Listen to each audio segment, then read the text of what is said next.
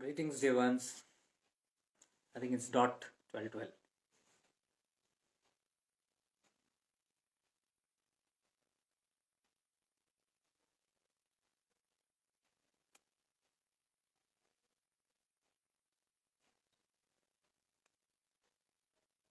So I'm not much familiar here in this place, so I'm just it's showing me something here.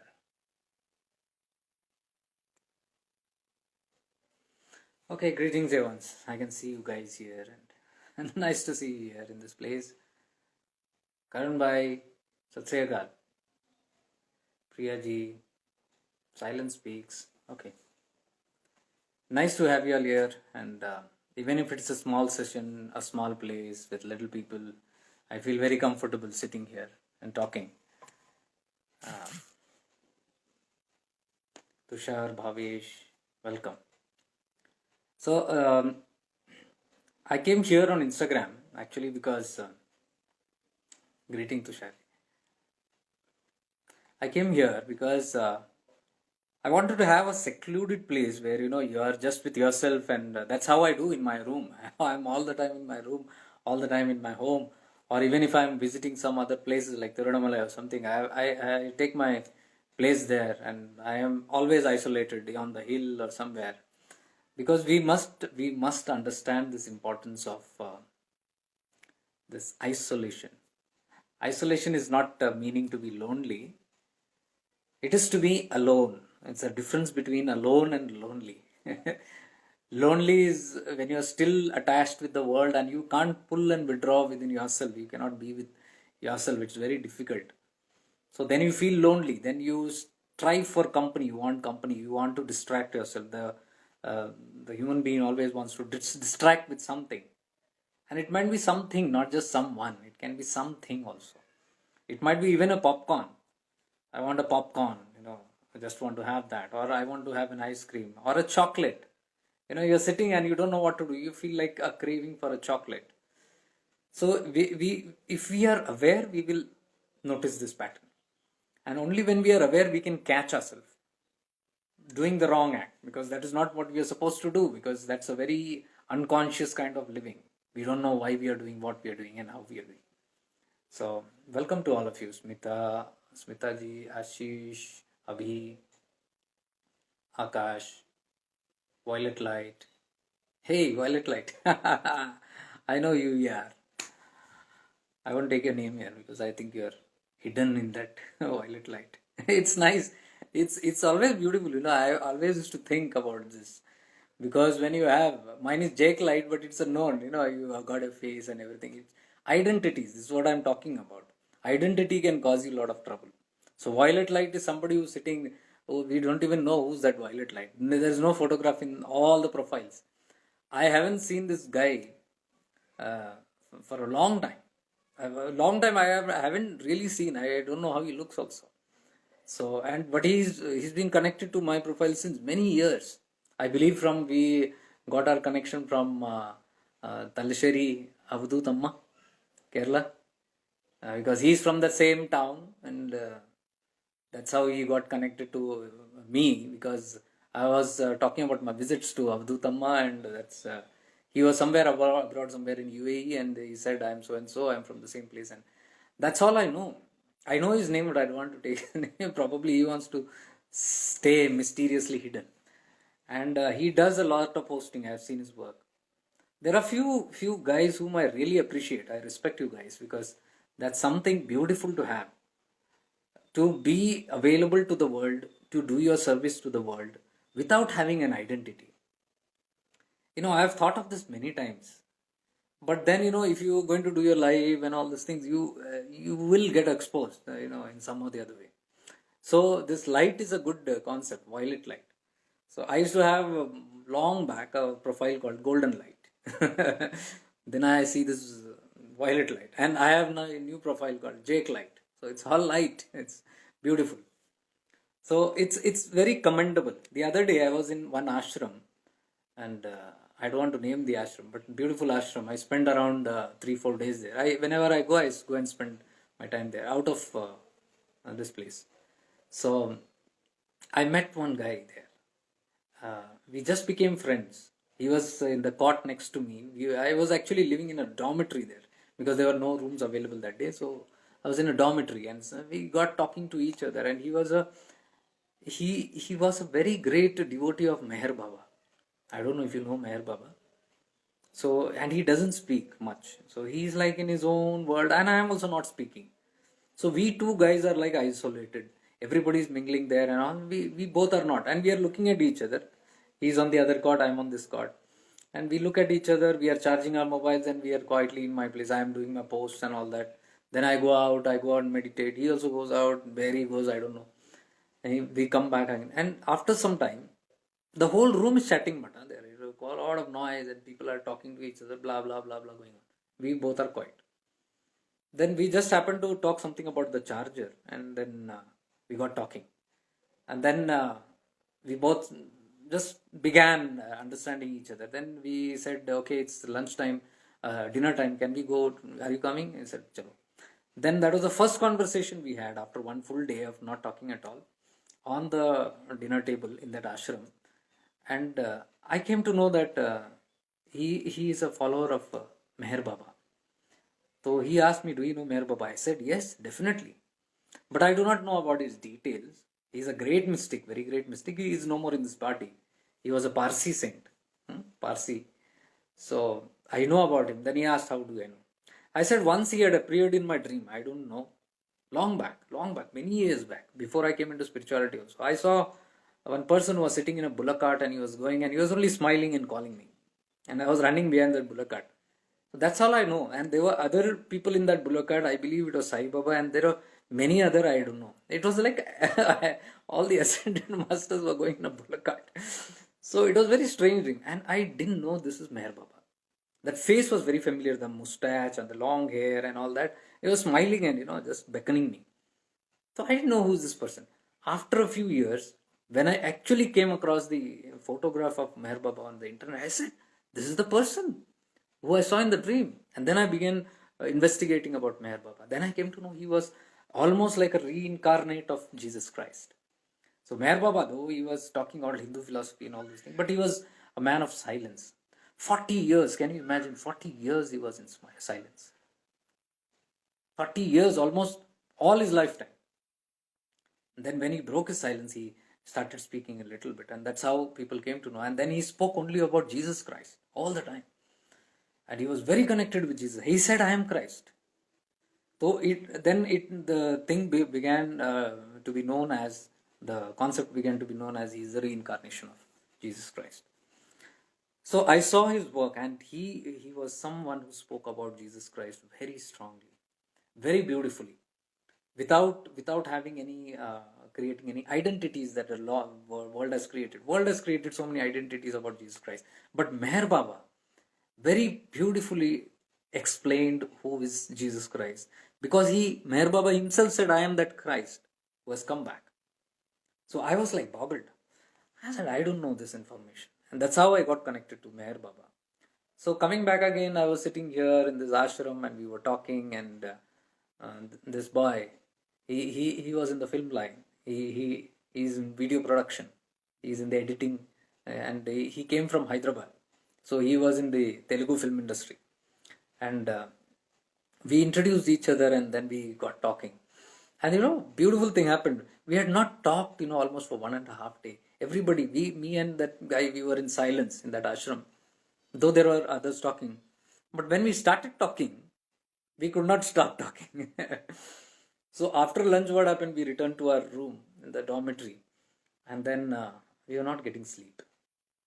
So I hardly sleep. If I sleep, when I'm out in the ashram, I hardly sleep for 3 to 4 hours, and rest of the other time I'm fully active, doing this, something or the other. So it was late, and then he said, chalo, let's go out. I said, okay, fine. Then we went out in that ashram. That's a good park, and everything is there. We went out and sat, and it was 11 o'clock, I think, 10 or 11 o'clock at night, and we began talking.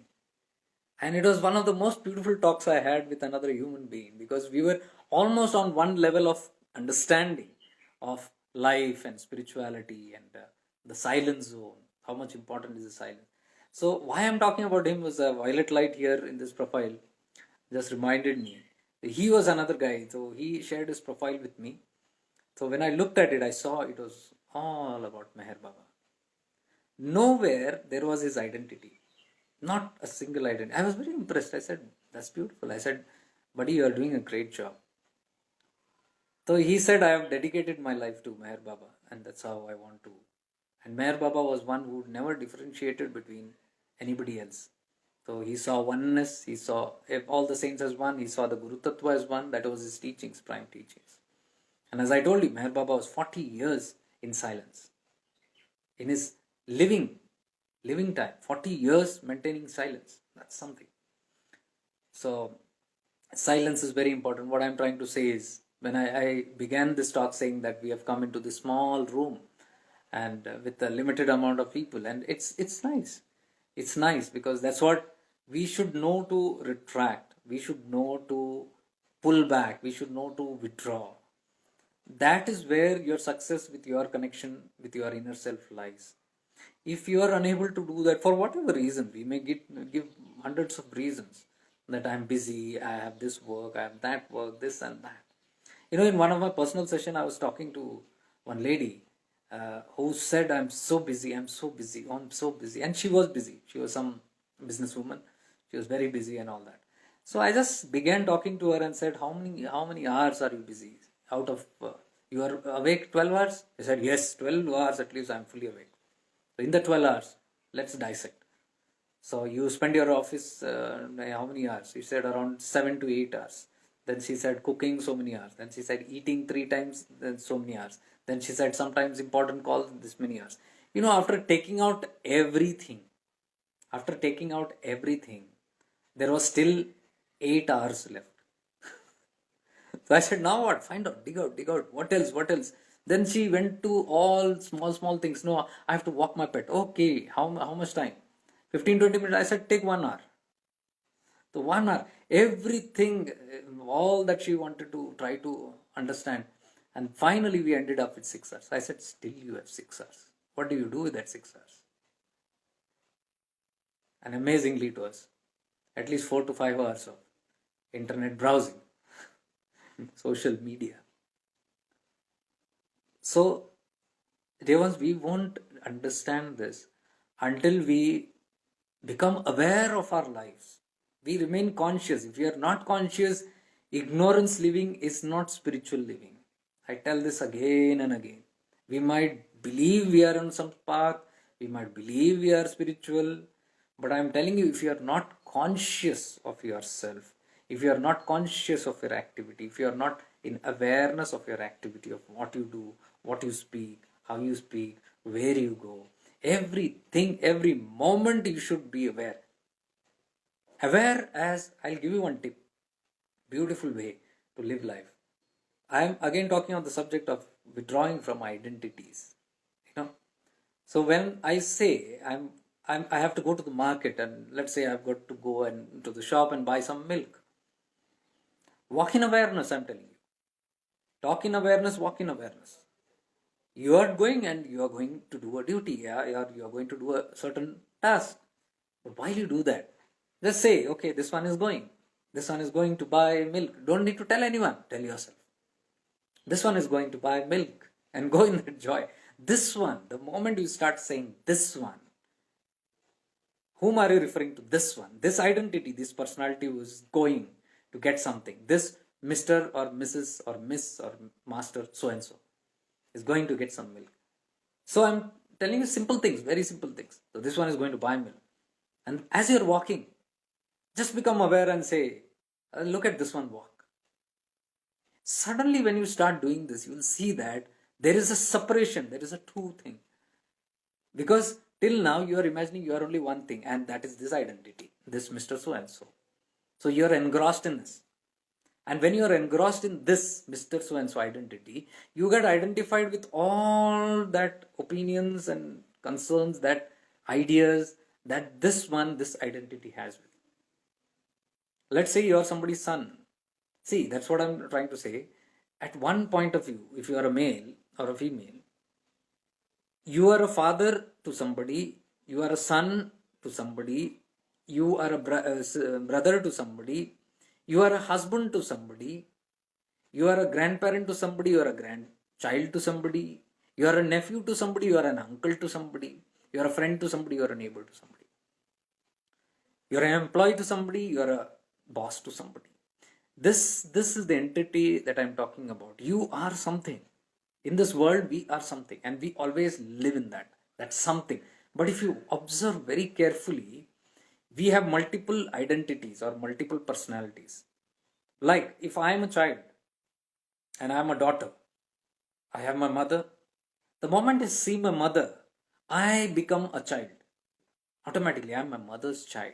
So when I start talking with her or relating with her, my whole personality changes, my whole individuality changes, my whole consciousness changes into that and fits into suddenly as a child when you talk to my mother. You can't talk to her like a boss, you can't talk to her like a subordinate, you can't talk to her like a servant. Are you saying this? You can only talk to her as a child. And what is the identity as a child? All that you have developed, that rapport with her since birth, that is all that identities and memories and ideas and concepts and that you have linked with that personality. So the moment you go into that, automatically you see how beautiful this creation of God is. Automatically it blends itself into that role as a child. And your mother goes back into the kitchen. Suddenly your brother or sister comes. Suddenly your role changes into a sibling. And whatever you talk, however you deal, even if you don't talk, when you just look at your brother or sister, suddenly you have shifted into that.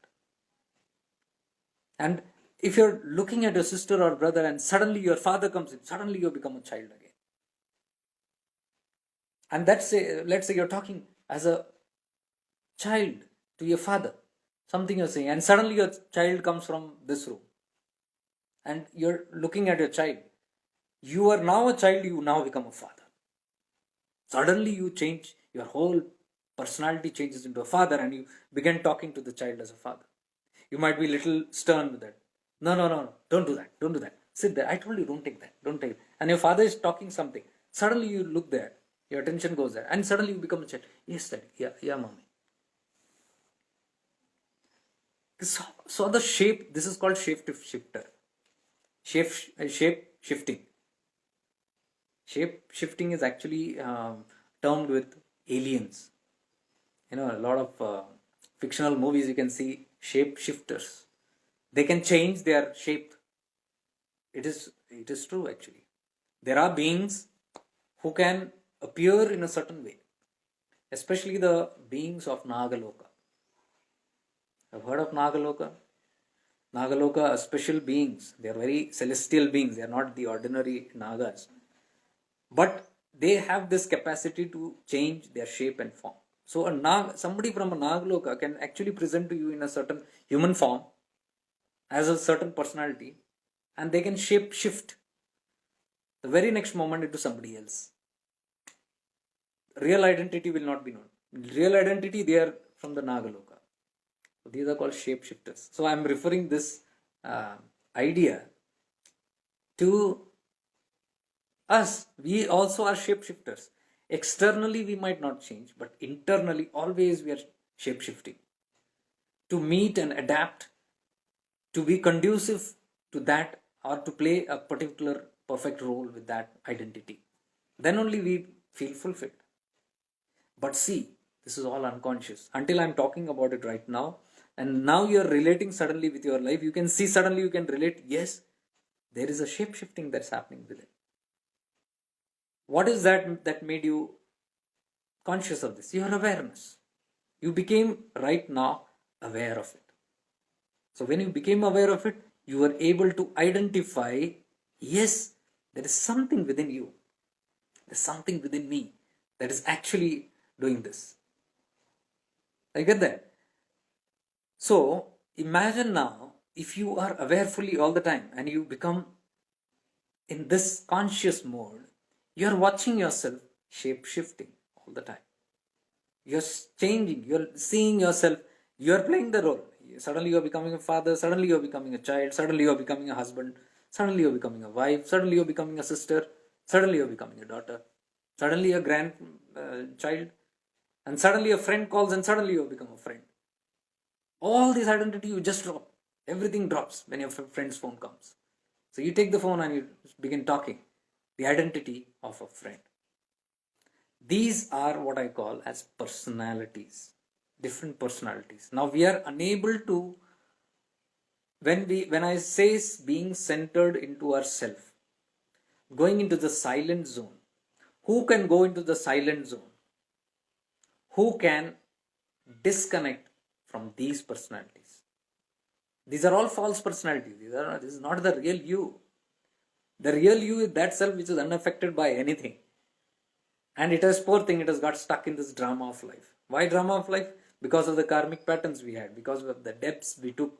We got engaged in this world without knowing. Without knowing that happened, in ignorance. And now knowingly we begin creating those karmas. And we begin getting associated with people and identities. So when you are identified with a certain personality, we should understand the suffering in life, whatever we call, we always crib about so much of suffering. I'm suffering, I'm suffering, I'm suffering. Life is not giving me peace. To which personality it is not giving you peace? If you become aware of this, lot of things will open up. Which identity is that you're talking is suffering? Is it the pure awareness? The pure awareness is in the center, the soul, which is surrounded by all these personalities. Okay, this is the outer layer. The false layer is the outer. Innermost layer is the most peaceful chamber.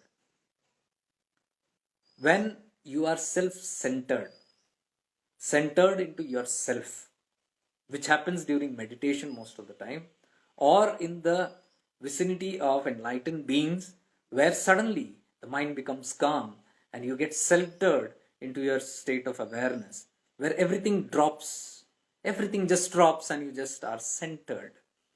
That is your real essence, which you can now feel and experience. So which is the one? When you are in the center only, you can see the false perceptions and false identities that you have created around yourself, the false personalities. Until then you cannot see. If you are playing the role in the personality, you can never see it. You will believe you are that. You will believe I am my child. You will believe I am the father, I am the mother. You will believe I am the grandchild. You will believe I am the relative. You will believe I am the friend. All this belief will come because you are inside that false consciousness. The consciousness, what has happened? The center is your real being. See, this is the real being. This is the self, the flame which we call the flame which is there. It's inside. Now, you cannot become aware of this flame until your consciousness is here. See, for anything to get your attention, you have to put your consciousness there. Like, for example, if I tell you, think about your favorite god. You might think about it. Now, when I say connect to that god, that is when you have started putting consciousness on that god. Okay, forget God. Let us take your favorite temple or church or gurdwara or whatever. Favorite temple. Just imagine it. You have the thoughts immediately. You know your favorite temple. Oh, it's this thought. The vigraha in that. The idol in that. Oh, you got the idea. This is how it looks. But that is just a mental memory right now. You're just recalling an image of that temple. Now I say, look at closely in your mind and connect with that vigraha, with that Ishta Devata or the Ishta Devam. Connect with it. So the moment you do that, you will see that suddenly you become centered and you're trying to connect now. And when you connect with that Ishta, that is when, what I mean, the flame is here and you're now putting consciousness on it. Now it has become conscious. So that vigraha has now become conscious, Jagrita. It has become awakened. Awakened by what? The moment you put your consciousness there. Till now, where was the vigraha? It was there where it is. You slowly brought it into your mind. When I said think of your, you brought it, the picture came into your mind. But is it conscious? It's not conscious yet. Because you know it's a memory there. Now when I say become conscious of it, connect to it, you throw your consciousness into that, and suddenly you see your consciousness is transferring into that vigraha. This is how you connect to your guru, to your God. Whenever we say move into that, connect with that, suddenly you put your attention on that tattva, and that tattva becomes enlightened. So it has become conscious. Are you seeing it? Anything. If you have to do your work, if you have to write something, you have to become conscious of your book. Then only your whole investment goes there. When you're studying, you're taking a textbook or you're reading, your consciousness has to be in that. Then only you will absorb it. If you see a book, if I tell you open up a book, yeah, you know the title of the book. You're not connected to it. There's no consciousness yet. It is there in front of you. Your eyes is just showing it to you. It is dead. You open up a book, it's still dead. When does it become alive? The moment you put your attention on that and start reading, you have now identified with that and you have become one with that book. So now you start pulling the consciousness. Are you getting it? So that's these are the secrets of how we actually can even pull in the consciousness of what we are connecting to. That's how Swami Vivekananda did it. He knew. The people said he can just read it. He used to just do the book like this, pages, and then he used to be able to tell the contents of it. He said, people said his brain is very fast. It's not about brain, it's about consciousness. It's about how you throw your consciousness on certain objects. So you take a book, I'm repeating, you take a book. If I tell you take a book, and if I show you a book, I don't know, there's a book here. There's a book. Okay, you see something, spiritual living. You understood it. Okay, it's a title, it's a good book. Is your consciousness on it? It's not yet conscious. You're just aware of this. Okay, you just know it. Your eyes is showing this book to you. You don't know what is it about. Now when you open the book, and when I start reading from the first line, what happens when I start reading?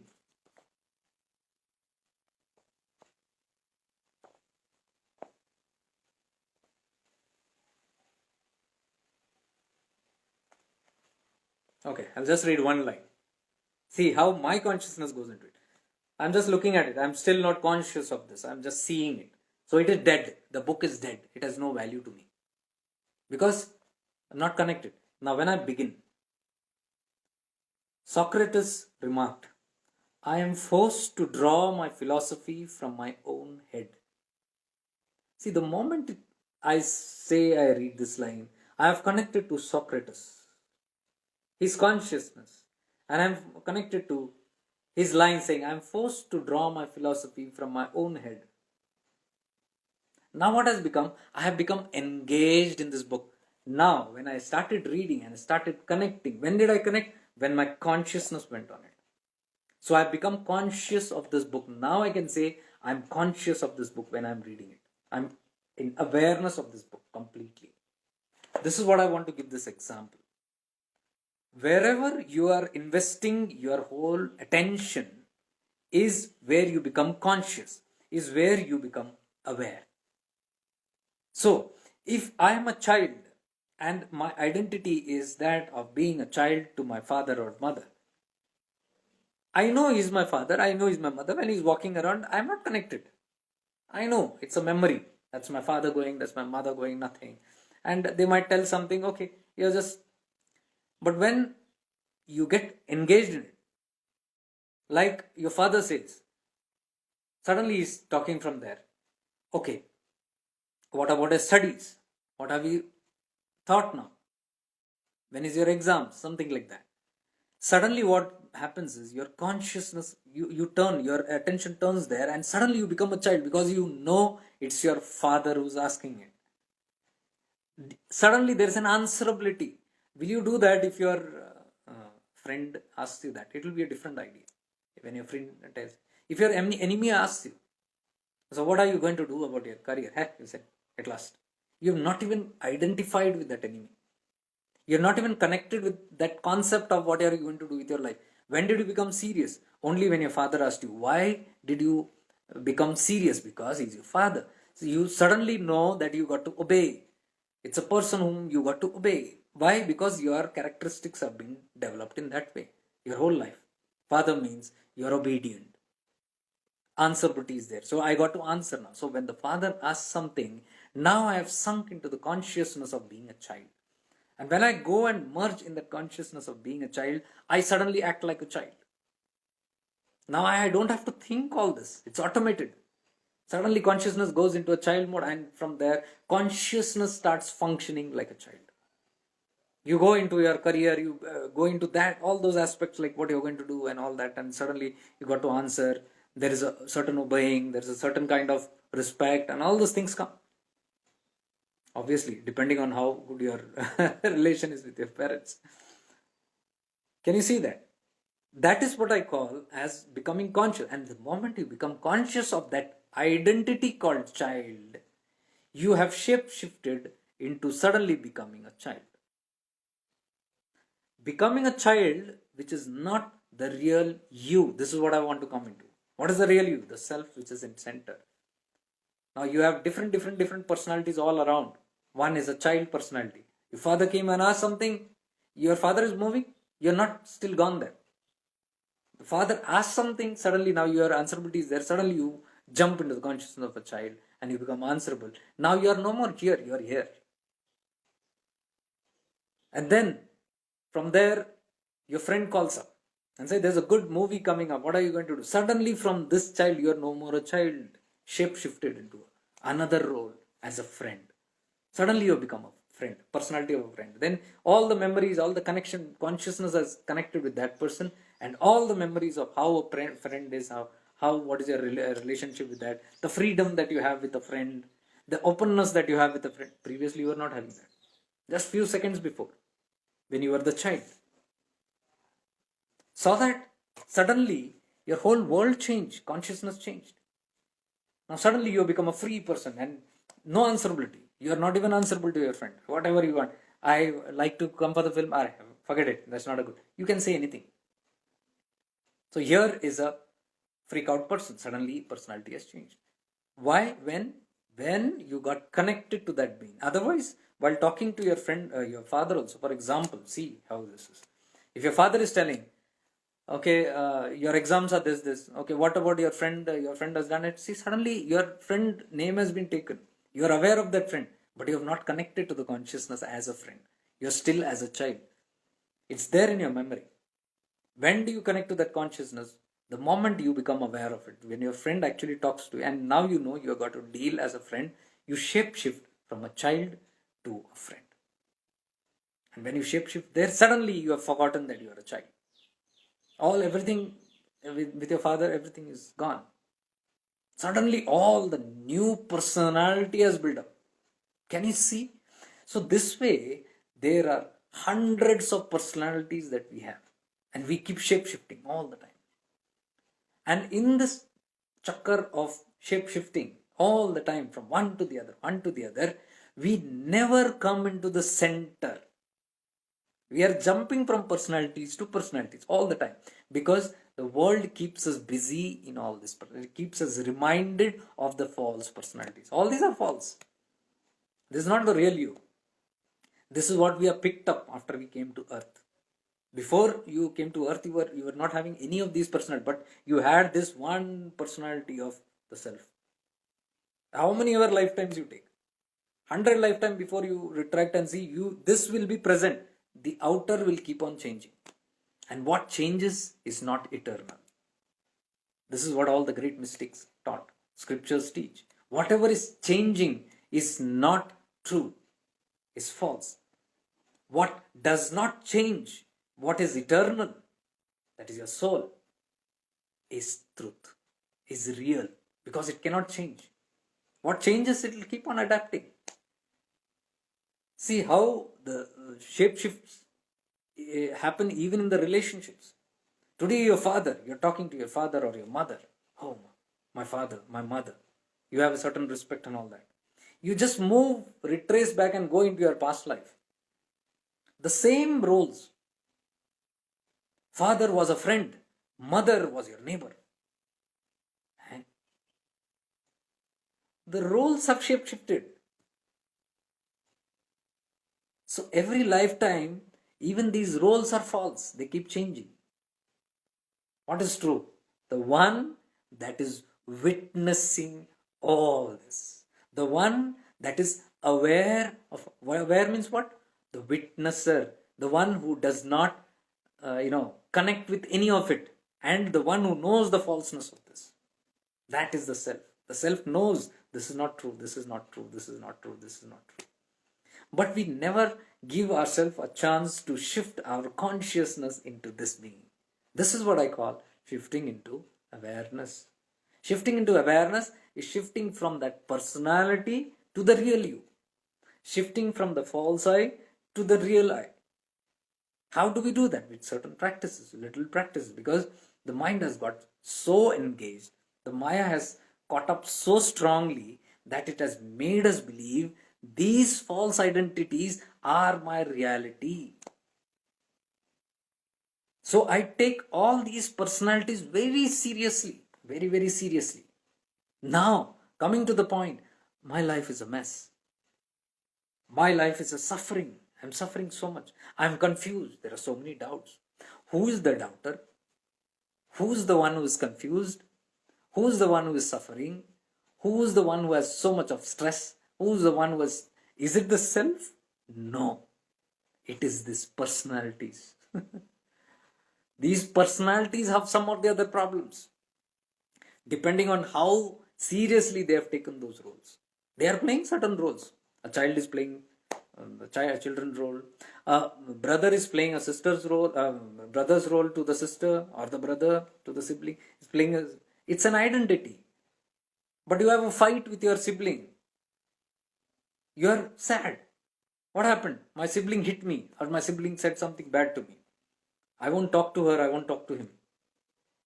Who's that I who will not talk? Who's that I who's feeling sad? Is it this one? No, it is that one. Now, why do we feel sadness? Because we feel that is the truth. We feel that identity of me as a brother or sister has been hurt. That is my truth. That is why there is suffering in the world, because everybody is identified in some or the other. So you look back right now, sitting in awareness, because we are doing these practices, which I seriously want to do these practices so that we really get centered into understanding. Oh my God, what an illusion I'm stuck in. Until we get a jerk out of this, we won't understand. We take that very, very seriously, very, very seriously. So right now you are probably sensing a certain thing like, oh my God, what am I getting? Where am I got stuck? Okay, so it was not real me who is till morning or till yesterday who was worrying about this, worrying about that. What will happen to me, my future? Who's that me? And whose future? It is that personality's future. It is not this future. This future has never, nothing has touched this one. This has been alive and conscious for thousands and lakhs and millions of years. But nothing has happened to it. So who can destroy this one? Now the fear is there. Who is fearing? The personality is fearing. I am fearing my enemy. Who's the enemy? That person who has created that enemy. Can you see the difference? So, all these sufferings and all that, if you take a moment in a day, yesterday I had made a video, I had to delete it because there was some technical thing. I had made a solve, I got a nudge from the universe while I was walking for my walk, and suddenly what happened was, I got this nudge I call this nudge because suddenly, if you are centered in your being, if you are a person of awareness, I'm telling you, you will have hundreds of nudges from the universe. Trust me. Those nudges, you get it now also, but you are unable to trust that nudge. You are not able to even identify it's a nudge that the universe is trying to, give you. A nudge means a small push, a gentle push the universe tries to give you all the time. It's signaling you because you are connected with the universe is connected with you. You are not different. You can understand this concept of only when you get into higher states of consciousness or the non-duality. From this state, you will not understand it. But trust me, it happens. Because you are connected with the universe. You are connected with every single being on this earth. Every single thing. So, anything happening to you, something is happening somewhere. Something is happening somewhere, something is happening to you. If there is a tornado taking place somewhere in South America, it has to affect you somewhere. You are not aware of it. You will tell, how can it be? So many things are happening. Yes, but not necessarily it is happening in that intensity there, but a certain part of your awareness is aware of that. That's how we are connected. That is why the beings who go into a certain level of awareness are able to sense the pain of others because they are not different from them. All the great masters can sense the pain of others. They can sense something is happening in their consciousness. So they will not say, no, I am having some disturbance in my consciousness. They will know there is some disturbance in some part of the mega consciousness. Because they and the consciousness outside is not different. That is how they personalize problems. Problems of the world is their problems. That's how it becomes. It's not by the buddhi. It's not by the mind that I decide one day I'll do good for the world.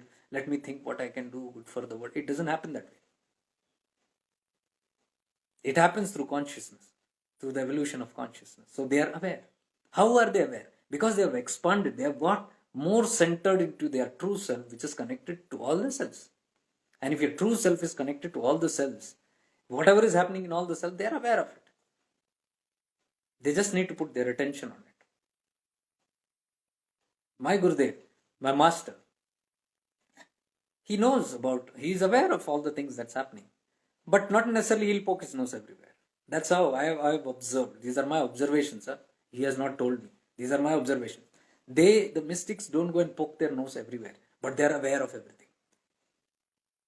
They might be aware in their conscious awareness or unconscious awareness, but it is there lying in their awareness. What is unconscious and conscious awareness? I've never spoken of this, nor I've read of this concept, but it is coming to my mind right now. It's something like you are sitting here and something is happening, some event is happening somewhere. So it is being recorded in your unconscious awareness. It is a part of my awareness, which is, I know there is a certain knowing, okay, something is there. I don't know in clarity what it is, but there is something in my consciousness somewhere. And what is conscious awareness? I am fully aware of what is happening right now. Something is happening somewhere and I'm seeing it. I know, okay, certain thing is happening to so and so person. This is conscious awareness. What is the difference between conscious and unconscious awareness? It is their interest. Wherever they are interested, they can put their consciousness, suddenly they become aware of it. So, let's say some event has happened in somebody's life yesterday. They were aware of it, but they didn't know the highlights. They don't know the highlights. But right now, somebody tells something happened to somebody. Then they will just connect to that aspect of that somebody, and suddenly they will dig into that unconscious awareness, and suddenly it will illumine. What did I say? Where you put your awareness, it illumines that part.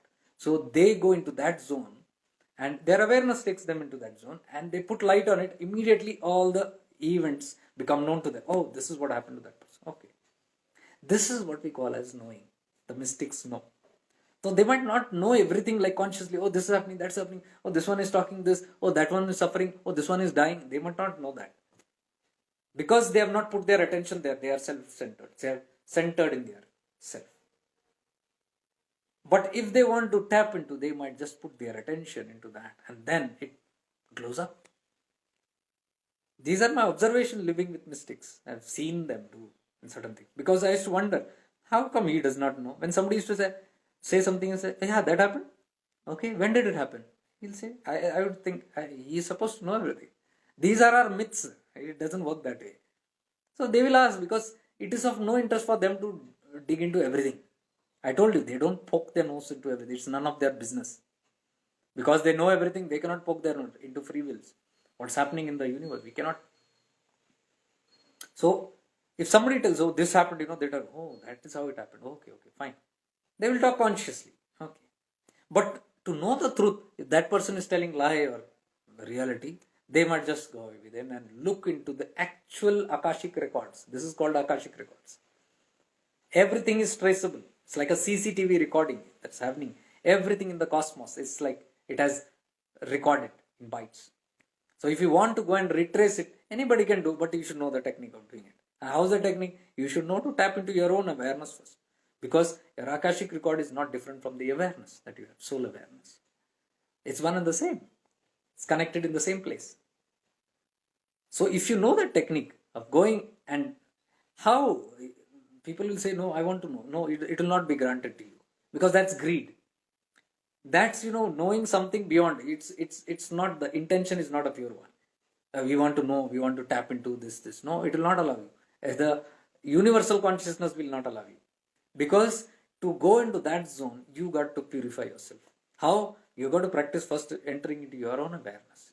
You become aware of your own world. There is a cosmic world within you. It's called the microcosm, and outside there's a macrocosm. If you want to tap into the macrocosm, you can't. You first have to learn the skill of tapping into the microcosm and master your own flaws. First, you got to master it completely, seeing your own flaws non-partially, exposing yourself completely. And once all the darkness within yourself gets exposed and comes out to the surface, and exposed means purified. Remaining there means impurity. Simple terms. So purifying means going there, exposing those things, looking in awareness, and releasing those things which are not needed for you. And once you purify, you see your own inner world in clarity. You can see your own inner being in clarity. You can see the false roles of these identities, these personalities. You are fully aware as a child, oh, I'm doing that. And not after doing it, while doing that. As a child, while you are in a certain zone, you are not actually there. You pull back yourself here in the center zone, and from the self you're watching the ego mind playing that role. It is the egoic tendency that plays all the personalities. Remember this. The ego means separatedness. The ego feels I am different. I am a son, I am a friend, I am a father, I am a grandchild. This identity is ego. Separates. It separates from your real being. It separates from the God being. So it has a separate identity. I am this. Separate from everything. So that happens always from the ego consciousness. All these roles. So what you can do is, your soul, you are there as a pure soul. When you shift, your consciousness should be in your soul. But what happens is, we shift into ego consciousness. When we shift into ego consciousness, that personality, that role illuminates itself. And when it illuminates itself, you take that role very seriously and you start behaving as though you are that separate I, false I. You start behaving as that. Why? The consciousness is invested there. The soul is here. But the soul cannot become activated without consciousness. So, if you pull back that consciousness from there into this being, suddenly you will see that this has illumined, the real self has illumined. Now in that illumination, you are looking at the ego mind, because there are two minds. The ego mind will always function as independently. It will keep, because there are many roles and identities, there are many sanskaras, there are many conditioning which that ego consciousness has caught up with. So whether you are involved or not involved, it will start keep playing its role. So as a child, the ego consciousness is already dealing with the father. But as you, the pure consciousness, you have shifted back. This is what I call shifting into awareness. You have shifted from that gross consciousness into the real soul consciousness. And when you shifted here, now you are seeing somebody as an external, not as you. You don't call that I. The child is not I. The child is some entity that belongs to that entity. There are two entities. Father is an entity. The child is an entity. You are not the child. You are this pure being who's now aware. It's aware that you are not that child. When you become aware of this, it's a practice. When you try doing it in life, when you become aware that the child is playing some role, you are only talking there, technically you are only talking, you are dealing there, but a certain consciousness of yours gets withdrawn and it is looking at this whoever that you are is talking. So what happens is, when you do that, the consciousness is pulled back and now you are able to see the difference between that. And you don't identify with what the child is doing. If the father slaps the child also, you don't identify. Suddenly, you say, this one got hit. This one. not I got it. Soul cannot be harmed, it cannot be killed, it cannot be destroyed.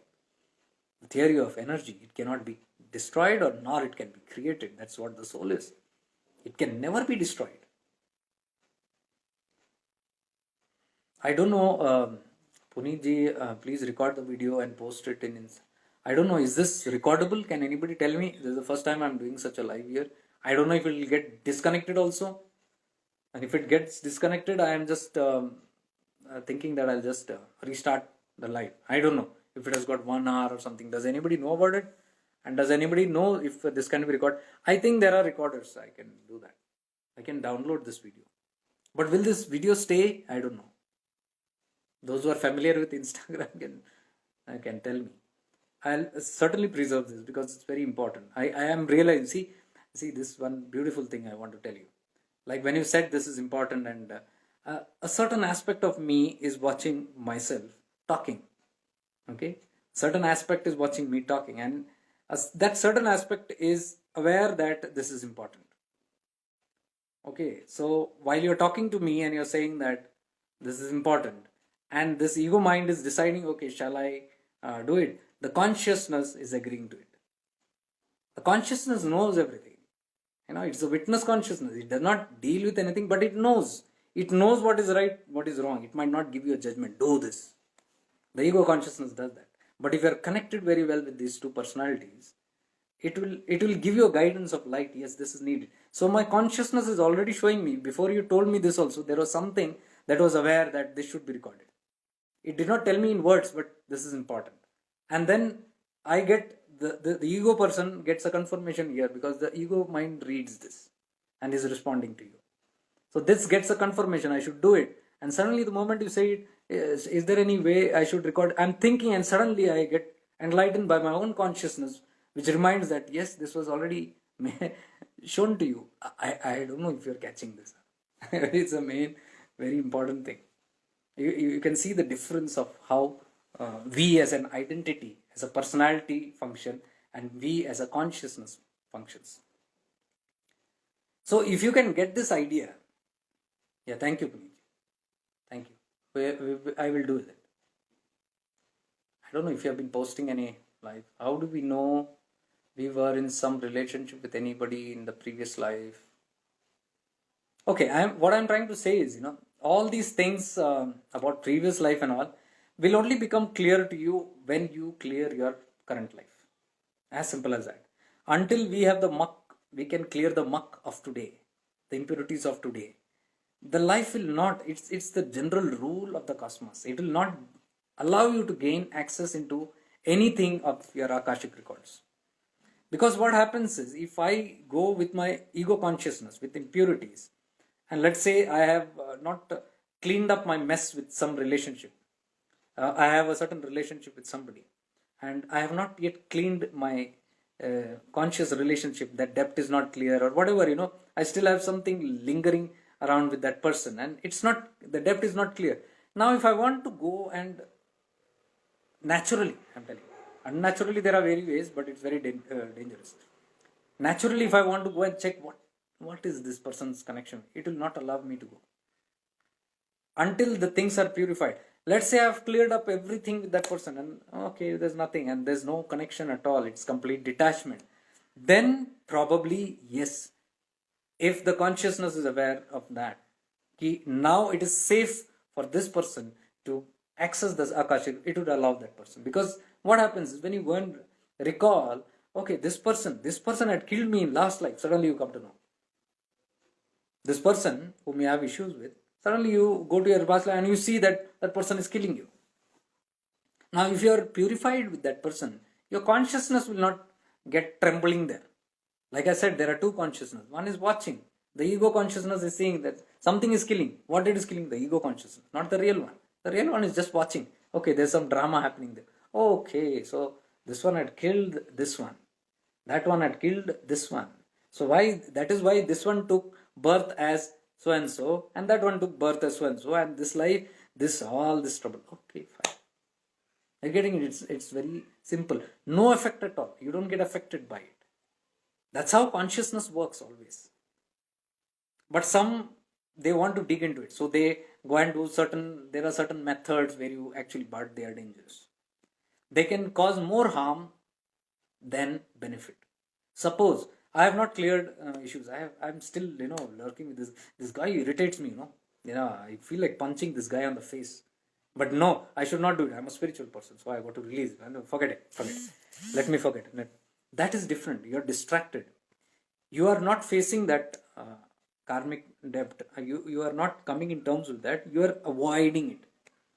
Avoiding it necessarily is not meaning clearing it. So if you don't clear that, and then I want to know what nuisance this karma is with me. I want to know what this person had done. And then you go back. You go to some person, you learn something, psychic abilities or some things like that, you triggers, and suddenly you go and perhaps you go and connect with that. And then you see he's killing. You will howl there only. Oh my God, this guy is killing me. How dare he do this? And you will shout here only in this body, because you're not centered in the soul. You're gone with the ego consciousness. And you'll howl like anything. This guy is doing injustice to me. And then when you wake up, you're like, oh my God, such horrible thing. Now when you look at this person, you'll hate that person like anything. You'll say, if I get an opportunity, I'll kill this person in this life. That kind of emotions will come to you. This is why the divine has kept something like erasing of the memory. Memory loss is there on deliberate purpose. It is kept for human beings. That is why we are unable to recall our past life. If you recall, life is gone for a toss. We will never evolve further. We will be stuck so badly, and so badly we will regress back. Evolution not up. It will be adhogati. That is why it's all on deliberate. And those who have learned the lesson, those who have transcended it, slowly you'll start pinning into this. And that time it's harmless. So the universal the consciousness checks if it is safe for you. So we should never bypass this natural setting of the divine and try to do something. It might cause harm. There are enough people to warn you, don't do that. If you don't listen, and if you do, it's our loss. We go back again 20 janmas. So it's better not to know what somebody has done to us and all that. So hope that answers your question. So coming back to this personality, these are these different personalities that give us the trouble. The trouble is in that identity. Identity of anything is a trouble. Anything. I've learned this. Anything.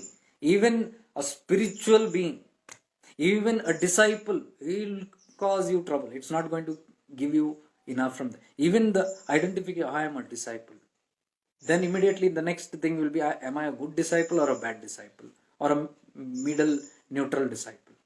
All these are different identities. Your mind gets caught up in all this. I don't relate with it. I'm telling you, I no more relate with that, even that tattva of discipleness. Though there is an awareness, I'm a disciple. Okay, fine. But I don't get serious in that role. Because when you get serious, you get caught up with a lot of things which is not necessary for you. Not just that, any aspect of life. Maybe as a son, maybe as a friend. That is why people call me, I'm like a stone. Hey, इसको तो फर्क ही नहीं पड़ता है. फर्क उसको पड़ता है जो मेरा आइडेंटिटी है, उसको जरूर पड़ेगा. But this one who is centered, उसको फर्क नहीं पड़ेगा. So the more you get centered, you become that जिसको फर्क नहीं पड़ेगा. So people identify with that person who is centered and say इसको फर्क नहीं पड़ेगा. सत्य है, फर्क नहीं पड़ता इसको. इसको मतलब किसको? जिसके साथ तुम आइडेंटिफाई करते हो. फर्क पड़ता है, किसको पड़ता है? ईगो कॉन्शियसनेस को फर्क पड़ता है. Are you getting that? So these are the benefits and advantage when you keep on shifting into your true self, your real self. And for that I give so many practice. I'll keep on sharing all this. Yeah, I was talking about the nudges. Yesterday I was walking and the universe gives you different nudges. It nudges you, all the time. So yesterday I was walking and what happened was suddenly I was with the umbrella and a nudge I got, shift into certain awareness and become thoughtless. A nudge came, just become thoughtless, because I saw while I was walking, there were so many thoughts coming in. Boom, boom, this, that. And I see that the more I am in the internet, especially if I see some triggering videos or something, I get triggered. Yesterday I had made a long video, 1.5 hour video. It was a triggering video. I must be able to accept that. It's because you cannot create that responsive video until you're triggered.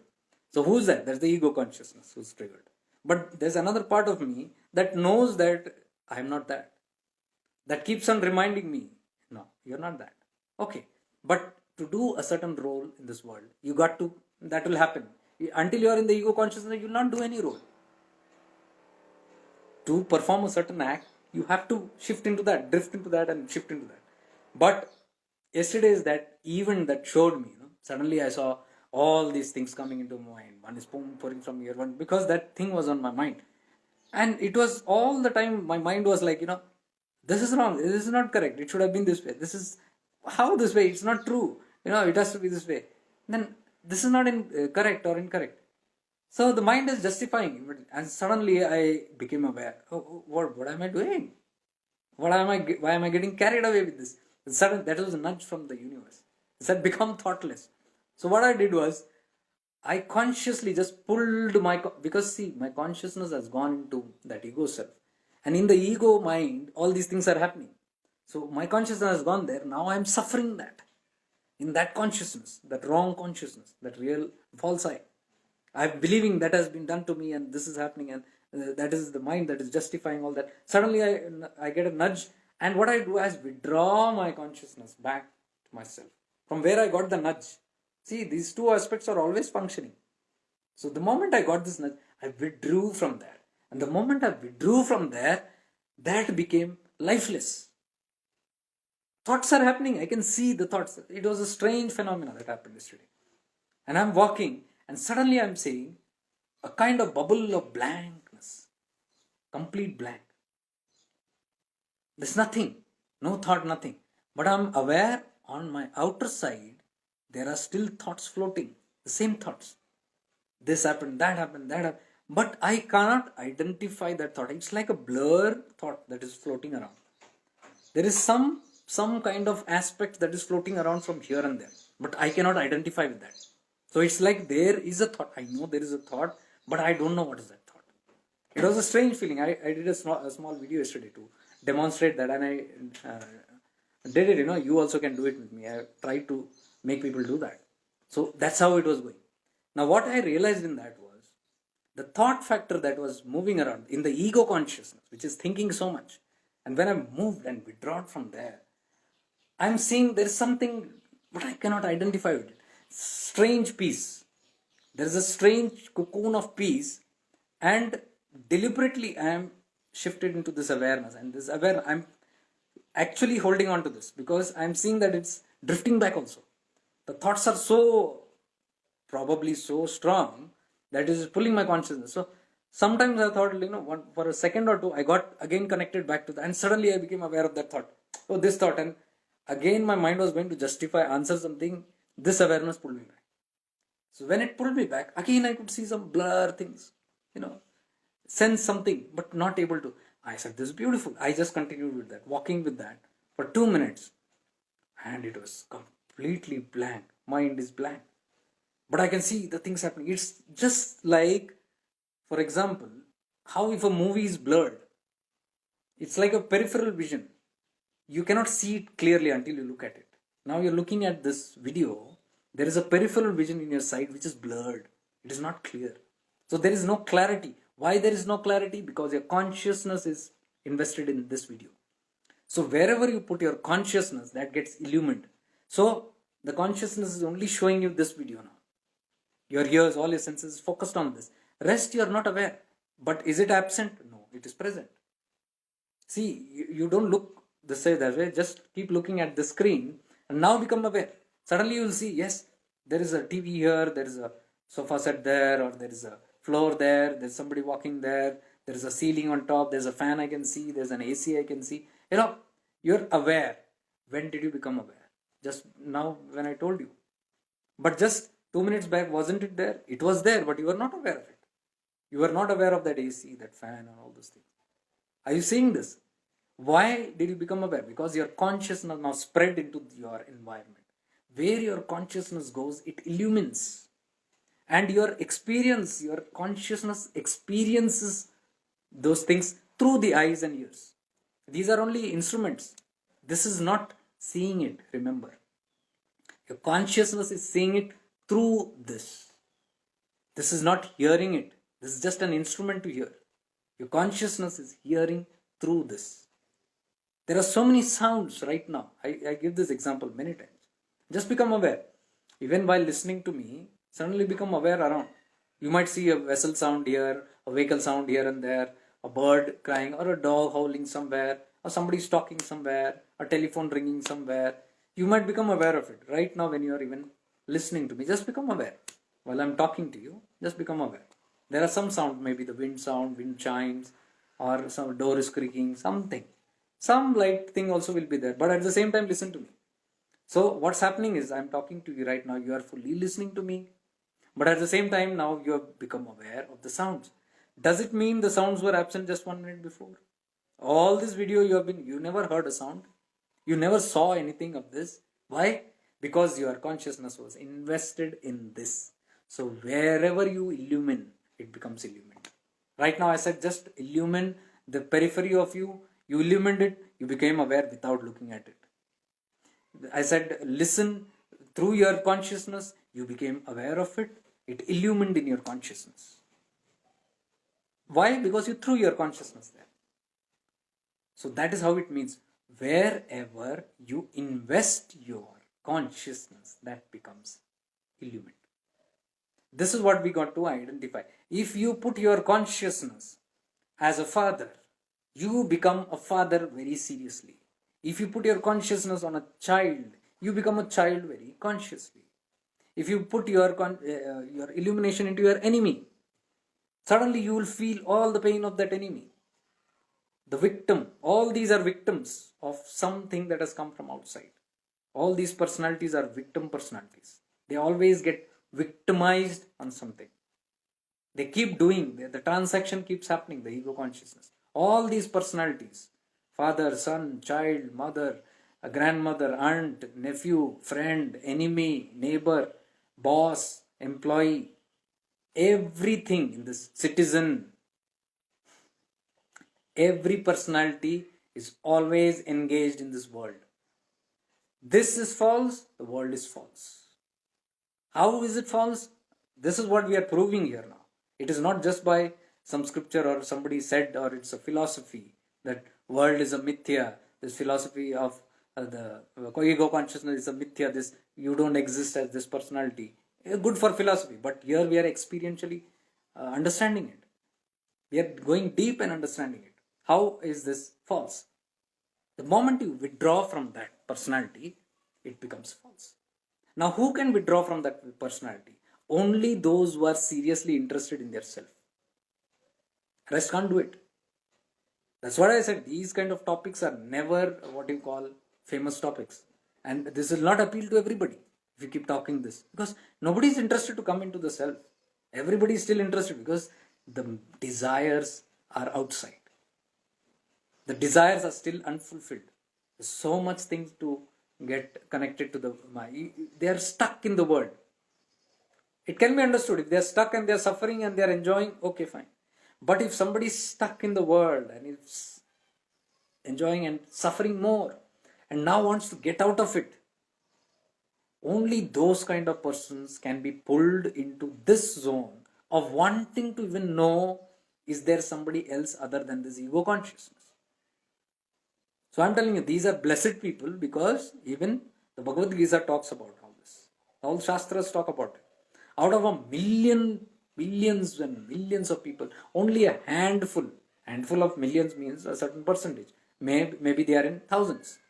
When you shrink that into handful, millions and billions and trillions, zillions of people, you take a handful, they are again a certain few thousands or lakhs of people. So it is said out of all these millions of people, only a few understand about this. You realize that there is something else above from me. There is something else out of this world that I am stuck in. That I want to get out of this. Only a few handful will get that interest also. And then it says, from that handful, which might be again in lakhs or thousands, only again a handful get actually working towards it. Means they are now knowing, and now they begin their journey inward. They want to know the self, they want to realize the self, they begin walking towards liberation, because they know, until I am involved in this whole world, it is only going to be suffering again and again for eons. It is never going to be fulfilled, it is never going to be satisfied or appeased, it is never going to end. My troubles are going to only keep on multiplying again and again. So once comes to know that conclusion, this is it. I cannot. I am enough. I have seen all this trouble. I am getting nowhere. I am only getting in this loop of punarapi jananam, punarapi maranam. Birth again, death again, birth and death cycle. I am simply like an animal living and dying every life, meaninglessly living this life unconscious. So that person becomes a strong pursuer of the self. What does it say? Out of the zillions, a handful who even come to know about this, who become aware of it. Out of those, again a handful actually start moving towards that self, realizing self. That might deepen, and when it deepens, it might be called as a mumukshu. Mumukshu is somebody who is very intensely seeking liberation. The more intense the seeking, the more faster you go. How do you go faster? It is relative. The more kicks you get in the world, the more you are bound to go inward. The more pain and suffering you get outside, the more you are bound to go. That is why I made that video saying that every pain and suffering is a blessing in disguise. It is kicking you towards your real self. If you don't understand it, and if your time has come, if your prarabdha is thinning, if your prarabdha is getting over, all your karmas are getting thinned, and if it is time now for you to return, and still you are getting caught up in some small karmic events of yours, and if you are losing your track, life will give you kicks. The divine people, the mandala, they are watching. This guy might again slip back. They create events in your life that will remind you that this is not true, this is painful. No, I shouldn't be doing this. So that is why most of the spiritual people have most intense suffering. The people, especially the people who have chosen the path of realizing the self, they get more suffering, because the moment your mind distracts and goes back into that world, you will get a big jerk, an electric shock from them. But it will catapult you back here. So the more awakened you are, the more be ready to get these lessons of pain and suffering. I've seen we are so stuck up. Even despite that pain and suffering, we still want to hold on to that. Still, because of the lose of that, some pleasure, because it is a pleasure principle. Where pain is there, there will be pleasure 100%. Where there is pleasure, there will be pain 100%. They go hand in hand. So while we are suffering, there is another aspect that is also showing its hood, that there is pleasure here. So we get lured by that. Not knowing that if we go for that pleasure, there is next cycle is pain. It's like the seasons, it keeps changing again and again and again. So that's how we get caught in this cycle. So I was telling, out of zillions, a few handful only, I didn't say this, Lord Krishna said this. The Bhagavad Gita says this, the scriptures say this. Out of zillions, a few handful get this interest, get this awareness. Oh, this is not true. There's something beyond all this nonsense. I should know that. That is when people turn spiritual.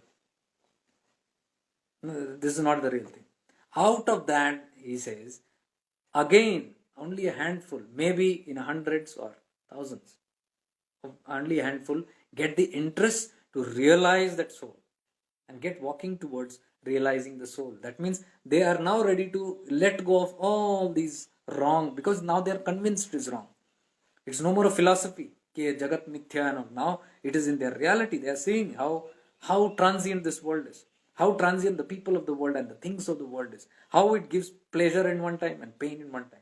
You see, wherever you are invested your time and energy, be it in relationships, in things, in places, whatever, you see, one time it gives you pleasure, the other time it is giving you pain. So you get the pleasure, you feel that, oh, this is it, this is life, and you feel this is going to be forever. And the foolish man is trying to stretch that pleasure and to stretch it as much as possible to extremely enjoy that. To see that this, I try to stay in this, but the law doesn't say that. And one day he says that he stretched it to the maximum, maybe days or months or years, and then suddenly it zaps and it falls into the other side. There is pain, which I did not want. Oh no, I don't want pain. You can't. You have to, because it's a buy one get one free offer of duality. You can't just choose one pleasure. If you want to choose one pleasure, you have to choose Satchidananda, that pleasure, which is there in oneness, non-duality. That is the only permanent truth, eternal truth. These are all glimpses of that, trailers of that. So when you get these glimpses, it shows you how the eternal peace can be. And when you don't get eternal peace here, happiness here, then you say, this was such a nice pleasure. I wish I could have expanded it and extended it. Then there are mystics and scriptures that come and talk to you and tell you, you can't expand this. If you want to go into expanded consciousness of that bliss, you got to go into that Satchidananda state. So you got to leave this. So they give you this gyan, leave this, then you will have that. But in our ignorance, no, this is so pleasurable because it's easily accessible. This is a little difficult. Oh, you got to do that, this is so easy. Let me catch on this, or catch on this one, or this thing, or that place, or this identity, this personality. It gives me pleasure. Then suddenly it will bring you pain. So it's caught up in that loop. And when it goes into pain, now it is struggling. When is the next opportunity to get the next pleasure? Without knowing that, it is a loop. So one pleasure comes, one girl or a boy we get, and we are connected to that, and we are madly in love, deeply, madly, crazily in love, and that's the pleasure that comes in that. And it then also gives you pain at the same time. So you are enjoying the pleasure and pain in that relationship all the time. One day you are in ecstatic mode, you are in bliss, you feel that the whole world belongs to you, and you sing Udta hi firu in hawa mein ke. And then the next moment you're flat. The next day you're flat. To lut gaye, lut gaye. Gone down. And then you say, which of this is true? I've gone down, now I got to go this. So what? There is an awareness that is watching these two zones. And it's smiling at the foolishness of this. One day flying high, second day underground. Caught up in the cyclic. But as I told you, not everybody will realize this. We don't want to hear all this. Let's enjoy a little more. Please, free will, free choice. You have as long as time that you want to enjoy in the pain and suffering. So again I was saying, out of zillions, they get awakened, a handful of them become awakened. Out of that handful, again a little bit handful actually start walking on the path. Knowing is another. That's why I will say spirituality, okay, awakened. That's not it. You got to actually walk. Practical spirituality. Philosophy is another. Now practical. So that is when you walk. That is when the scriptures say, these are just a handful of people who are actually walking to the path. And then he says, Lord Krishna says, out of that, which has now come from zillions to a couple of hundreds or thousands, out of that he says, another handful. Means what? Means not even in thousands. It might be just in dozens, or maybe in single digits. Only a few actually realize it. Actually reach that state. So can you see, out of zillions, Lord Krishna talks about handful. Handful means what? 1 to 9. We have only this much fingers. Imagine from zillions. So we do not understand the blessing that we have. We might be in any of these phases. We might be in the awakened stage, but it's still only a handful out of the zillions. And if you are gone deeper again, be very grateful to that and find yourself worthy and blessed to be in that zone of being a mumuksha, actually walking to that path. You might fall back again, and that's fine.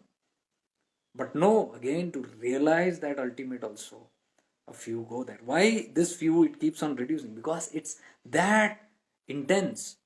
As you go deeper and deeper, it's that serious. It cannot be casually taken. This superficial spirituality is very casual. You can get lost. Which is what again and again in shifting into awareness I keep on talking. Practical spirituality. Many times we don't even know what we're doing. We think it is spirituality, it's not. The ego consciousness has got stuck up in many concepts and ideologies. Many. The ego conscious.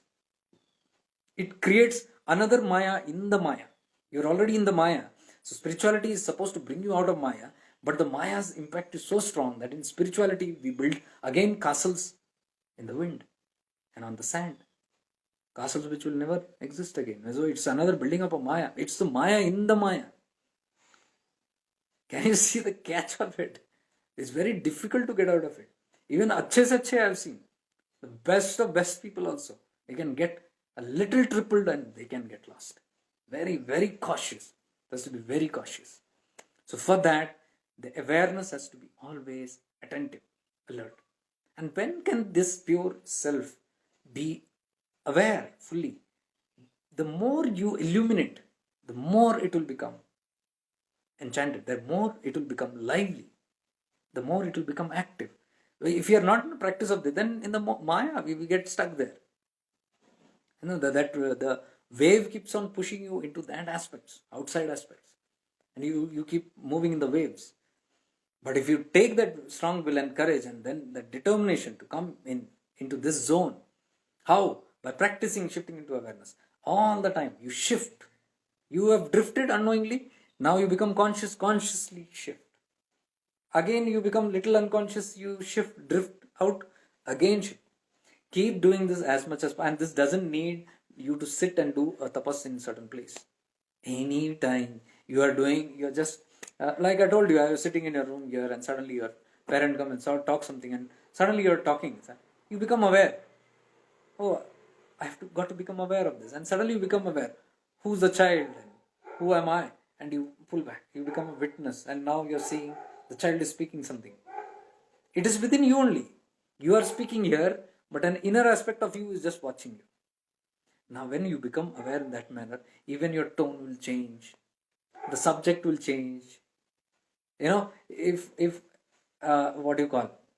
An ignorant person who is not even aware of this is talking to child or a friend or a person or a boss or something, they get involved in that role and they play all dramas. Suddenly when you become aware of this wrong self, the dramas will drop. So a conversation which is taking 15 minutes for you to talk with the dramas involved in the world, suddenly you'll see you'll be able to finish it in 2 minutes. What is important, you'll speak. What is not, you'll be quiet. What is triggering, you'll keep quiet. What is unwanted, which is going to affect you, you'll keep quiet. That this stuff, because that consciousness, your consciousness, you have allowed the consciousness to take care of it.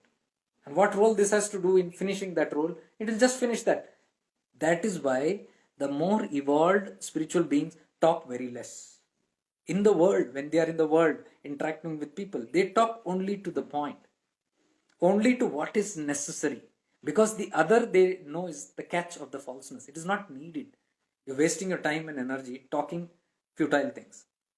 So, I've seen this when people pick up the phone, blah, blah, blah, blah, blah. It goes on. You don't know where to stop. It's just going on. Unwanted things.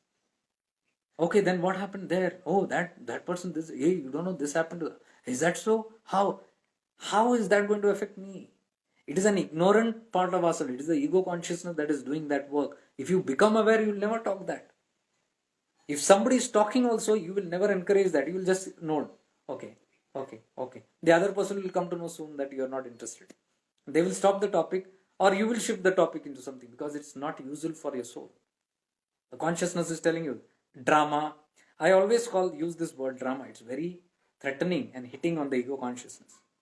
Whenever somebody is stuck in the world and they tell me something, I say, wow, beautiful drama. Somebody the other day, I was doing a personal session and it was a lady who had got so stuck and she was very annoyed when she came to know that she is not the real child of her parents. You know, imagine somebody after living all the life and after becoming parents to many children, suddenly one day they come to know that they are not the legal child of somebody. And she was devastated.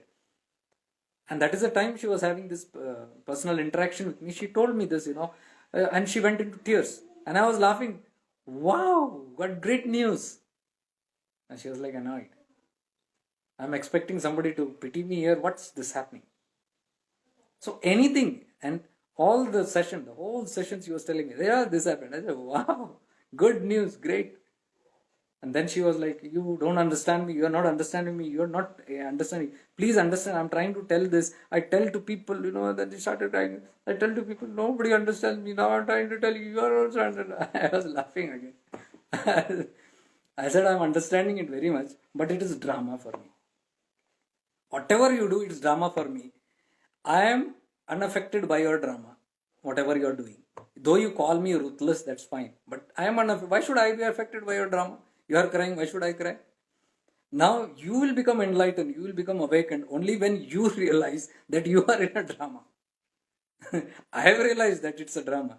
When you realize, the day you realize that you have fallen into a drama, you will come out of that suffering. You will laugh like me. Though one part of you is crying, inside you will be like, yeah. There are times when I have had this during my sadhana period where I was crying because when we do this sadhana and when we are going to those areas which is very hurtful, past me, ye hua, isne wo kiya, then you're going, and I have cried many times. And I have suddenly seen my consciousness, my soul consciousness laughing from within. Actually, this has happened.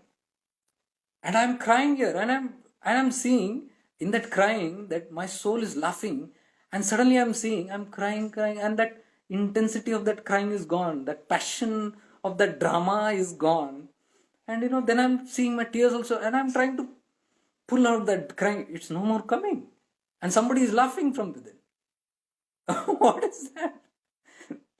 And then I realized, see how dramatic we are. Even if life is telling you not to cry, I still want to bring my tears out. Why? Got stuck in that personality. So that person, with due respect to her, she's a beautiful lady. She's a beautiful soul. I know her for a long time. A very nice soul. But I wanted to help her. I cannot help her by saying, okay, here's my shoulder. Cry here. I am there for you. Don't worry. The world is bad. Your people are bad. They treated you. Oh my God. These many issues have come into you. The poor you. They have treated you so badly. They deserve a punishment. Such a beautiful soul they have found. And then you'll again go deep into that. Self-pity, victimhood. Why should I put you into the gutter? You're already in that. I'm trying to pull you out. I laugh and pull you out. So when I laugh and tell people, drama, stop being dramatic. Stop being a drama queen, drama king, drama prince, or drama princess. It's all the roles that you got stuck in. Now you want me to laugh, cry with you? No way. No support, absolutely. You call me a stone-hearted, what? Fine. It's all fine. This is how we do this therapy. This is how I am trying to help people through that consultation. Not by laughing on everybody where it's needed. And by the end of the session, we realized, oh my God, what is this?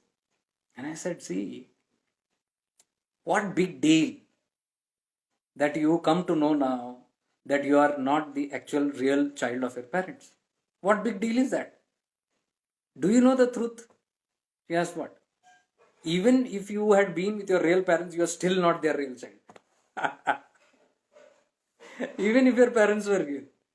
That is the truth. You don't belong to anybody. You are a soul. You have no identity with anything. You come, you live your journey and go. Today, whom you call as your father and mother, in your last life, if you go and see, they were your enemies. Or they were your brother and sister. Or they were your neighbors. Today, whom you call as my dear wife and dear husband, last janam you go and see, they were your mother. Or there was your daughter or your son.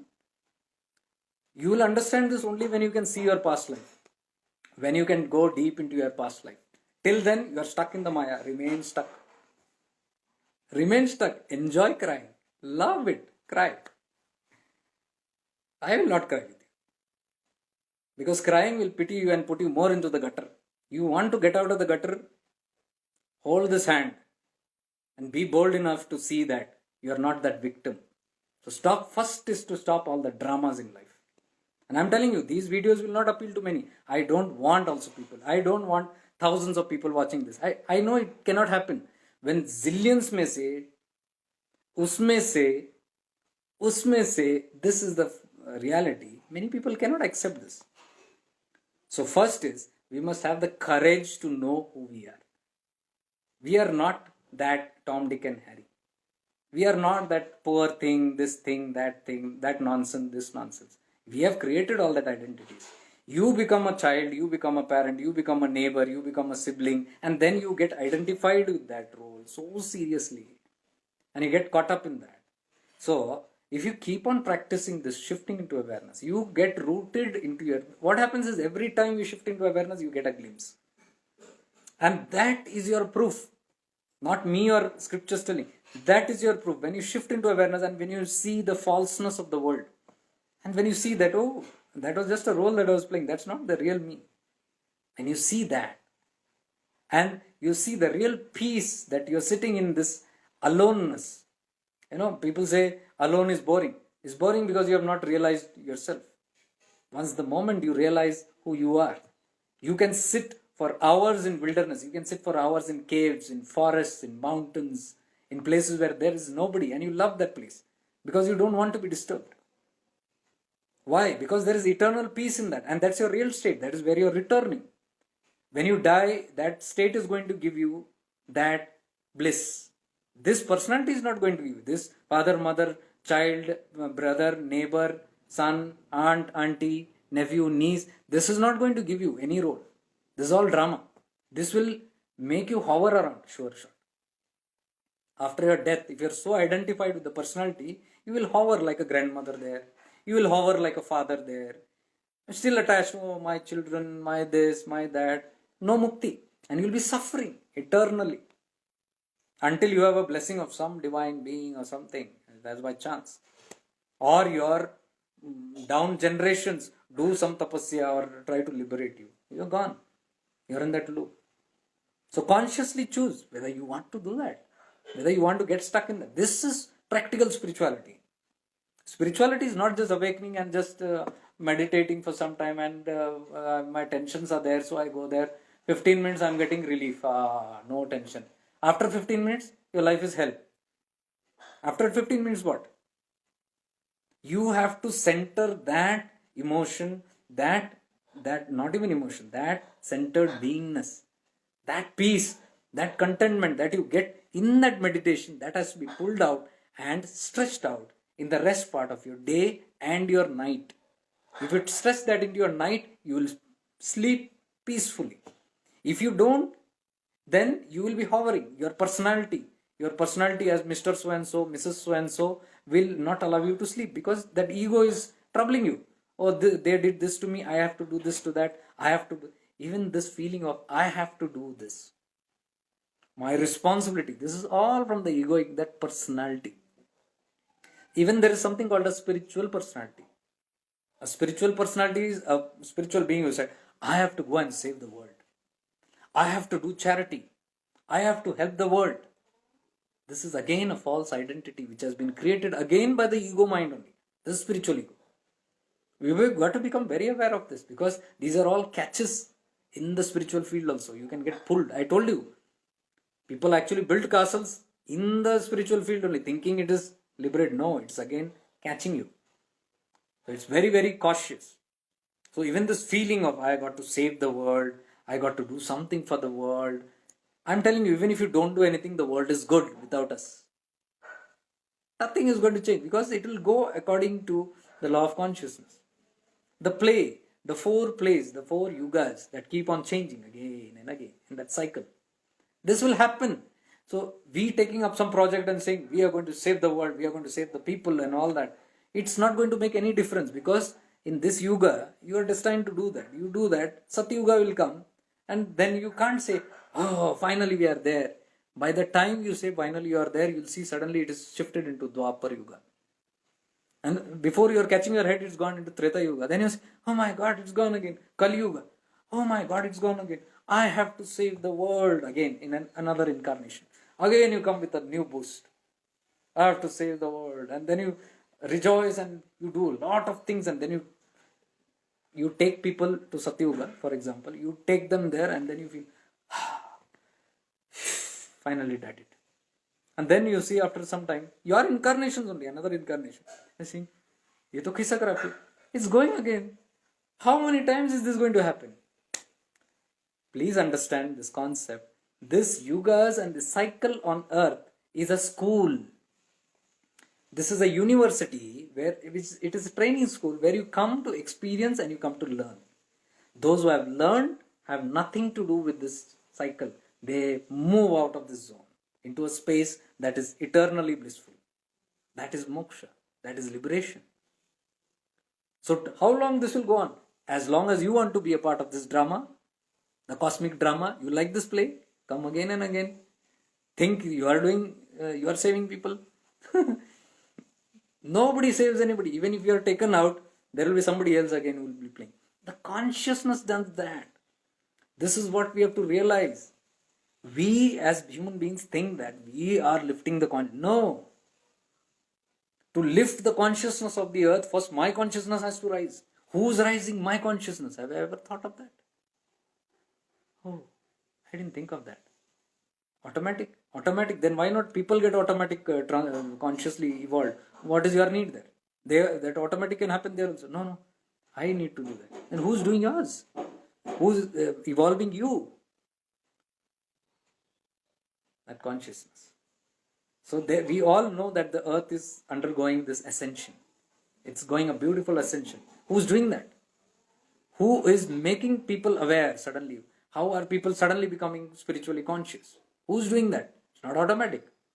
There is some energy. Now people are studying and seeing there are solar flares, there are blah blah blah. They are telling suddenly they are seeing the Schumann resonance is going up, and where these energies are coming from, pumping, and suddenly all the evolution is happening. Suddenly there are new diseases coming in, pain and suffering coming, and people getting transformed. You can see after Corona, sudden shift in consciousness. People have suddenly become very conscious of their lives and their purposes. Many are questioning their purpose. I have never seen such fast evolution pre-Corona than what I am seeing in past Corona. I can see complete evolution happening suddenly. There's so many people who are leaving their jobs, leaving things, and they're not understanding. There's something higher. Higher is this seeking. What and how it is coming.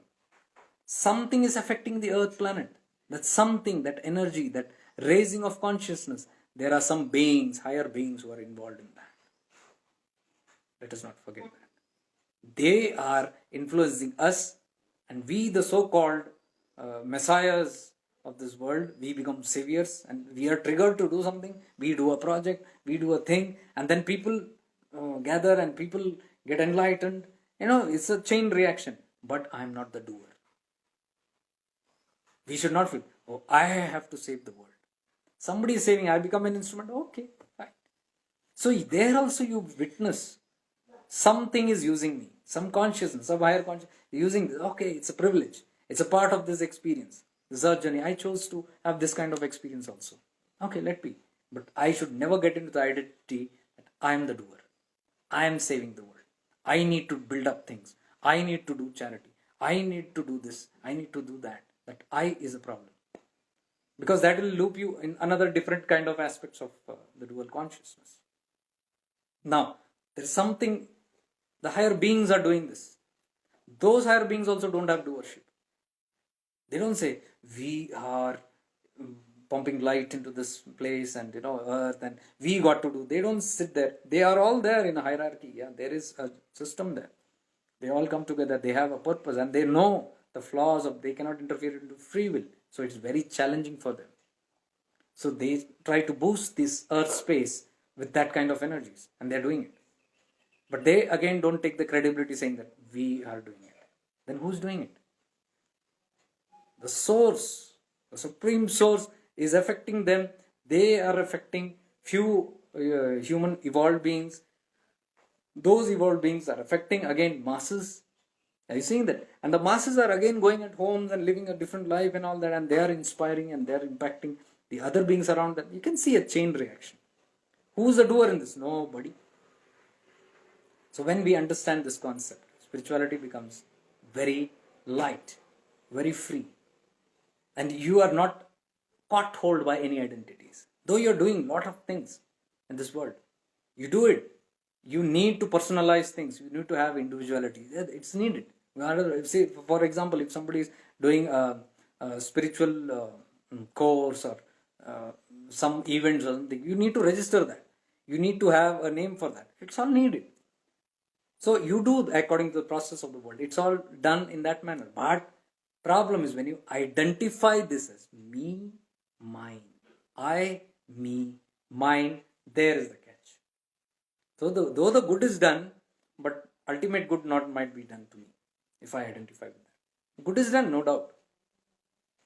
Ultimate good might not happen. I might still linger again in few more janmas with that three gunas, because this is one of the gunas. Because until the guna is there, I need to come back again. So many people choose to do it, okay, consciously, okay, because I can come back again and do this kind of guna. But that's all good, but we never know when we can again drop down. A little mistake and you're done. So these are the catches, and today I was trying to explain these identities, these false identities that we have with so and so, with name and form and title and designations and roles and responsibilities. What we need to do is momentarily take yourself out of all the roles that you're playing in life. You're being so and so, so and so, so and so. It's all fine. Pull back.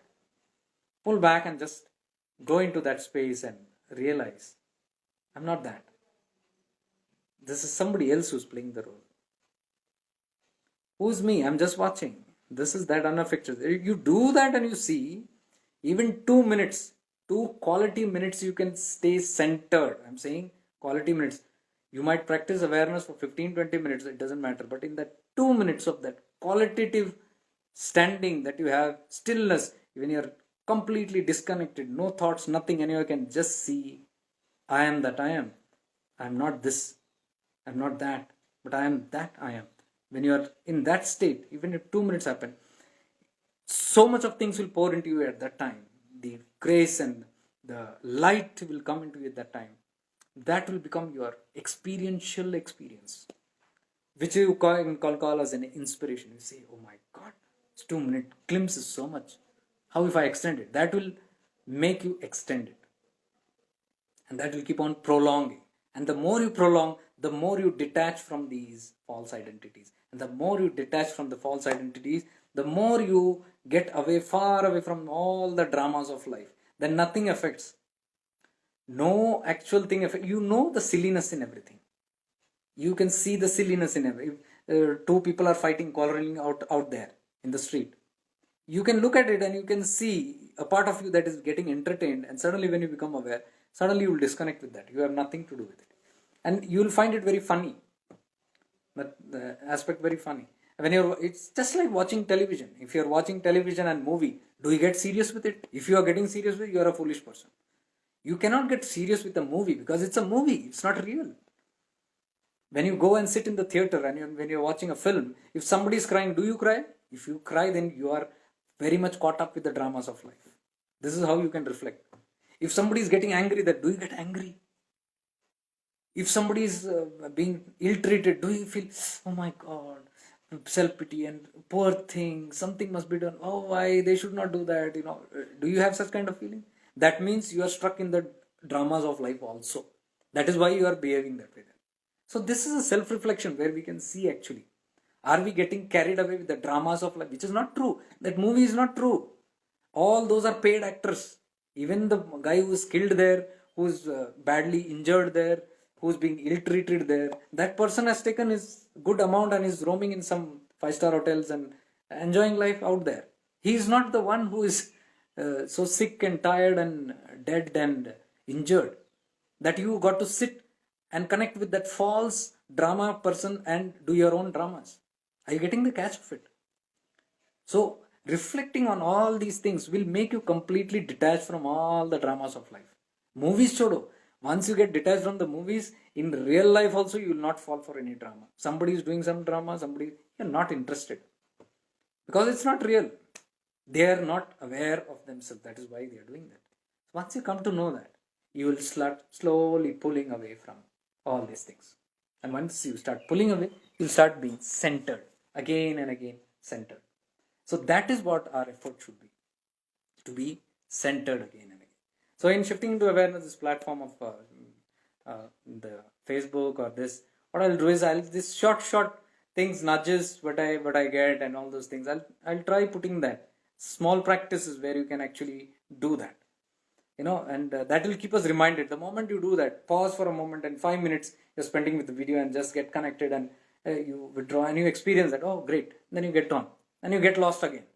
Then again, some other time, you see, when you keep reminding continuously the mind, there is something within you that is taking all that reminders and making it more serious. So when you join all that together, is you get one long experience of that. So this, I think, is there any question here? Vinay here, hi. Please save this live session and make it available for watch later. Would like to hear you from the start. Yeah, surely it's a good one. I realize it's a good one. I will surely save this and I'll post it in all other platforms and on my website also. Puneet, one more question, sir. What's with the time? I keep seeing 11:11 every time. There is something with it. See, 11:11, all these things are there. If you see, my timings are always, I never put any other time. I always put broadcast time as live as 11:11, 12:12, 1:11, 2:22. These are very deep and these are very decoded kind of things, but I have never talked in detail about this because I don't want people to get lost in this, because I've seen people even hallucinating it. 1:11 are these nudges from the universe, which I say. They come in many forms. All these nudges come in many forms to us. But if you are not alert, we can get lost. So to catch our attention, something like these numbers come up. 1111, 222. Suddenly you become, hey, what is this? Something symbolic. And then at that moment, when you see that, you should suddenly become aware of what were you thinking at that time. And certain number have got certain decodes to that. Like some say this is going to manifest immediately, or some will warn you, do not think this. If you refer into Google, you'll get all that. So I don't want to go deep into that. I followed that pattern for a certain time, but I'm not too linked with that. This is needed only in the starting stages when you are not in tune with your intuition. Once your intuition picks up very clearly, then you don't need these reminders, because now you're connected in awareness and you're open to those nudges. Every nudge that is coming, you are catching it. From anywhere that's coming, you're catching it. Previously, you're not catching it, so your angels or guides had to give you something to put your attention there. You're thinking something deeply. You're at a petrol bunk, and then suddenly you look at the car standing out, and it's 1111. Suddenly you see a peculiar number. Suddenly you become aware, oh, something is catching my attention. At that time, what was the thought I was thinking? So 1111 has something, 2222 has something, 333 has something. It goes on. 1515 has something, 9191. It all has some particular kind of codes. It's not needed to go too deep into that, but it can help you. So just if you Google on that, you'll come to know how deep it is. But otherwise, if you get too stuck in it, you'll hallucinate. Because I've seen people, they will keep looking. They'll see suddenly car number like 4567. No. Then after some time, suddenly they'll become aware 2367. No. They'll ignore it. Suddenly 1111. I saw 1111. Not that. You are all searching for it. Searching mein nahi hota. It has to suddenly bring your attention, and suddenly, let's say, a board is there, and suddenly you are going this way, and your eyes straight goes to that. Straight to that. That is called as a nudge from your angels and guides.